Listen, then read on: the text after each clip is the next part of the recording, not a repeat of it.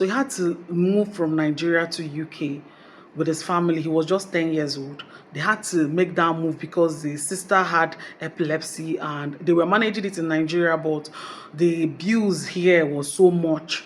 So they had to just, there was no way the dad can pay for that. So they had to move to the UK. And when they got to the UK, they were staying in Peckham, that's at East London. So where they were staying, they had to stay in a relative's apartment. They have to like sleep on the couch, sleep on the floor and all of that to be able to manage for a while to get their own place. So they were still there. Their dad had to go back to Nigeria to continue with his work. So while their mom was taking care of them, and that was how life was for them. So this today we are going to talk about the story of Damilola Taylor. This case happened in the UK in the year 2000.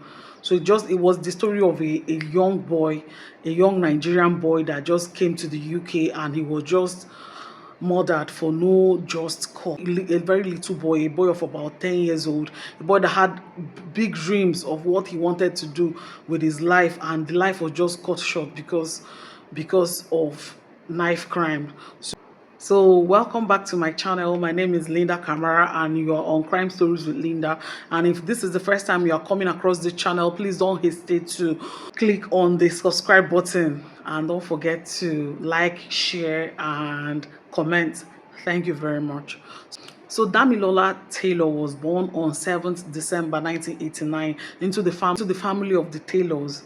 So parents, the family, they already had two children that were given birth to in the UK before they had Damilola in Nigeria.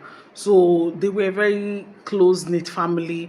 They were happy in Nigeria. They were living relatively okay in Nigeria. So Bami had epilepsy. So because of that epilepsy, they had to leave Nigeria and move to the UK.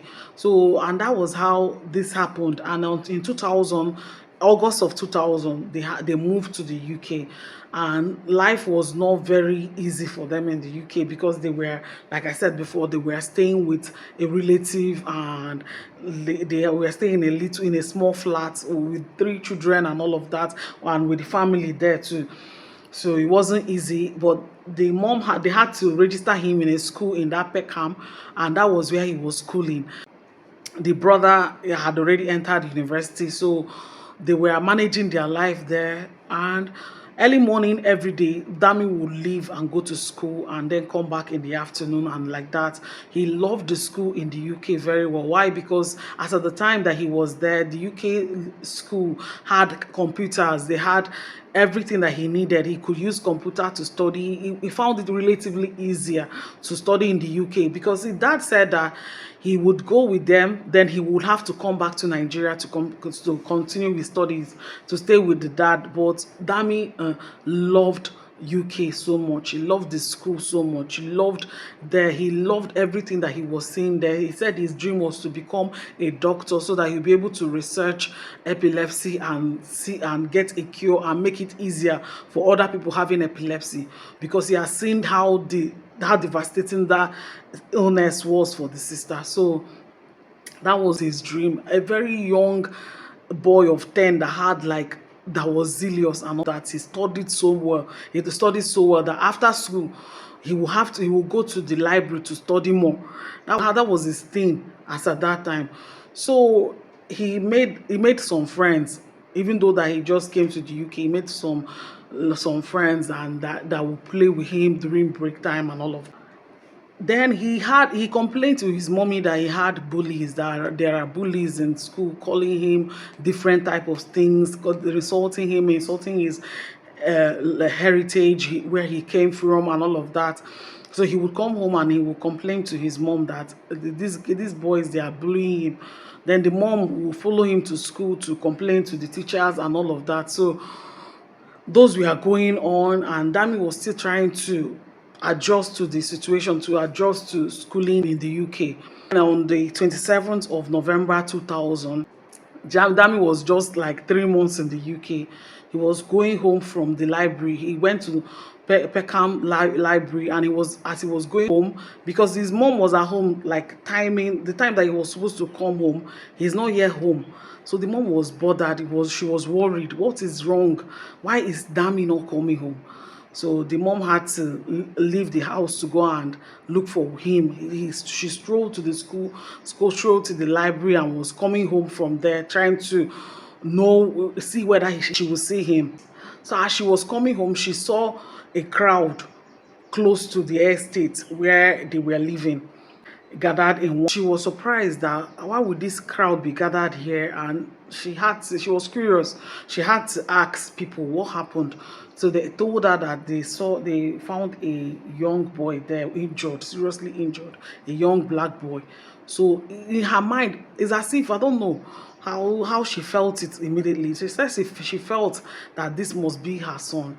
So because of the complaint that Dami has been telling her about the police and all of that, so she felt that is her son. So she tried to, like, go get to the front and meet the police officers there. So and when she met the police officers, she asked them. They told her that it was a young black boy that was wounded and all of that. So she followed them to the hospital. I met Dami there. She was told that he was stabbed with glass, broken bottle. So and that the thing, and it was twisted in his leg, and the thing affected his femoral artery, and that made him bleed to death. So even when he was bleeding in that staircase, it was a man that was passing there to the staircase, and he was hearing moans and groans from that staircase. So he had to climb there, and then he met Dami there crying, and that was where it was that man that called the police. And then when the police got there, they took Dami to the King's Hospital. So they said his last words was that he was okay, that he was okay. He was trying to smile, telling the man that he was okay. So, and at the end of the day, Dami, because the wound was so deep, and that the wound affected the femoral artery, Dami succumbed to the wound, and he just died. So the mom and the family, they were devastated. They had to call the dad in Nigeria. Imagine he being, oh God, being at work and receiving such news. He was at work when they told him. They had to call his workplace and tell them, and they told him what happened, and he left for the UK. He was so sad. The whole thing was just so devastating. Just, oh God. So when they got there, they started investigating, and even before the dad came, they started investigating. It was very hard to investigate this case because this case had three trials. I'm telling you, almost three trials. Yes, this case had three trials. So it was hard to really convict anyone from this case because the eyewitness, people that said they saw people, they were not really reliable. So one person said he saw a group of teenagers running away from there. The people were giving different accounts that were not correlating. Then a young girl of about 14 years called the police and told them that he knows that it's about 4 teenagers that did this. So the police, they actually went and arrested those teenagers, and the trial started. But during the trial, it was found that that little girl was not reliable, that it was just giving varying witness. So her stories were not correlating. So they just had to dismiss the case, and that was the first trial. So this thing took years. So after some time, the first trial was had in 2005. Then in 2006, that was when the second trial, January of 2006, the second trial happened. That second trial, they were able to gather enough evidence. They were able to gather evidence, and the second trial was had. And this time around, they said it was 2 brothers, Danny Preddy and Ricky Preddy, and the other guy, Hassan. They were, at the time the murder happened, they were 11, 12, and the other one was 15.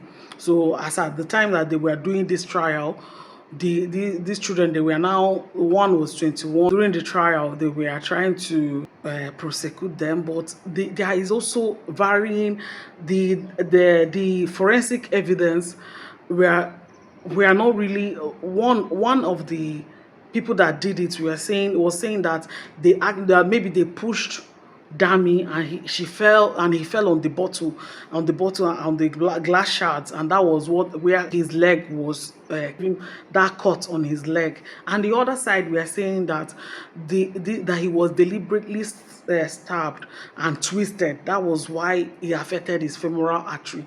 So it was not really like a clear cut. And those children, they found the DNA of Damilola on their sweatshirt. They found it on their clothes, and on their shoes. So those were the evidence. Those were very serious evidence that made them arrest those children. And then the glass shard on that place, then the broken bottle and all of that. They found DNA of one of them, of three of them rather, on things. So that was why they held on to those three guys, even though that they had already dismissed the first four that they took. So they held on to these three, and after the trial and everything, were convicted of manslaughter, because they could not convict them for first-degree murder because they could not prove that they deliberately stabbed him. This contradicting evidence of it being stabbed, or they pushed him and he fell on it. So those were the things that made it not to be clear cut. So they had to try them for manslaughter, and they were convicted, and they were given 8 years. And even that 8 years, these people, they were contesting it, but it wasn't changed. They had to serve that 8 years. So that was what happened with Dami's case. And then his parents were very outspoken, and they spoke so much about this knife violence in the UK. They started fighting against it. They had to campaign against knife violence. They said if those kids were given good orientation, if those kids were trained well, if those kids were shown that there are other ways to settle conflict instead of stabbing someone, instead of being violent, that they wouldn't have gone through that route, that maybe Dami would be here today. So they started campaigning against knife violence. They had to create seminars for young kids. They even opened a trust for Dami. They called it Damilola Taylor Trust. So they had to, it's an NGO that fights against knife violence, and that try to protect disadvantaged youths from going into violence. You understand? So those kids that don't have parental guidance, those kids that don't have a home or where they can, things that will make them not to go through that route. So they are trying to like help correct those kids, so that at the end of the day, the community will be protected. The area where they are staying will be protected, because at that time, Peckham was known to be a very, very bad place. Even what even made this case so hard for them to solve was because people were not even opening doors to the police. People in that area had already given up on the police. People were not talking to the police. People even thought that maybe it was a gang violence. So they don't want to talk there, so that the gang will not later come to them and do something to them. They were afraid to even talk to the police. So it took a lot of investigation for this case to be solved. If not, it wouldn't have been solved. So the Dami's parents, they took it upon themselves to start campaigning and educating young teenagers and young adults on the disadvantages of knife violence, on the disadvantages of violence. And it's helping. They said the Peckham is no longer as bad as it was in that 1999 time. That was what happened to them. I don't even know what was going inside Damilola's parents. Then they will be like, as when they knew that they wouldn't have brought him to the UK and all of that. But God, it was just a very devastating case. This boy would have grown up to become, the dad said he would have grown to become a doctor, because he really was really, it's not like all the kids that will say I want to be a doctor and they were not working on it. He has started working on it, working towards becoming a doctor. He would go to school. From school you go to the library he was really working towards becoming the doctor. So, and this thing happened to him, and it was so bad. He was not allowed to live his life, and that's so bad. That's so bad. As a Nigerian, a lot of people here, they would dream of going to the UK, going to the US, going to all these other countries in the West to seek for greener pastures. Nobody banks on going there, and one of their kids would be involved in something like this, and this is just so devastating. And I know the parents will felt it so bad. I know how hard. I know that it will be so hard for them, so painful for them to. They were trying to save one child, and they lost the other. It's not an easy feat.